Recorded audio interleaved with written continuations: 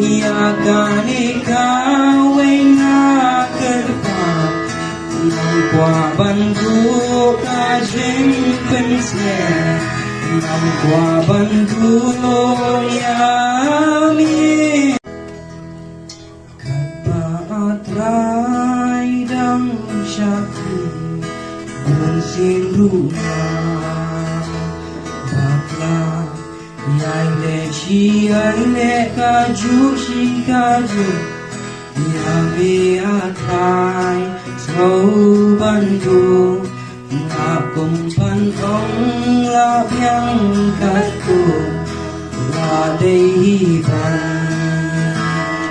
isi henrei ba phai shami man kan tali man isi sesing ruang bakang ni berjuang ba atrai dang syakri bunsin rumah bakla yai le shi yai le kaju shi kaju yami atrai sâu ban du la cùng ban ong la biang cát tu la đây ban isi henrei abang apai syami man kan tadi man isi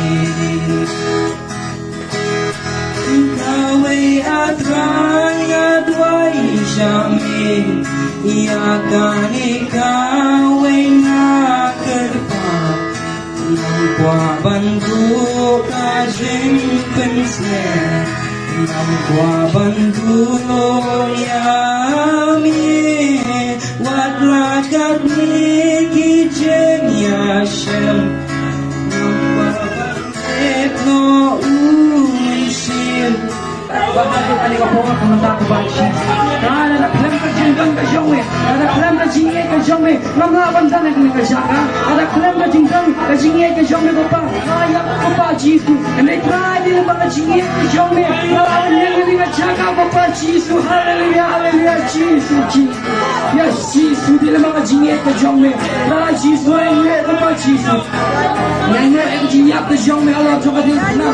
Ngay ngay ko pa Jisu. Nakaklam Jesus, I was going to be now. Come on, fight like the fucking Jonah. Come on, fight like the fucking Jonah. Go by Jesus, hallelujah, Jesus. Go by Jesus, Jesus. Die in the name of Jesus. Hallelujah, hallelujah, Jesus. Die, Jesus, way to be my come to Jonah. I draw from His Christ. Come in, go back. Come go by Jesus. I walk me go by Jesus. Manang kalan na ko by Jesus.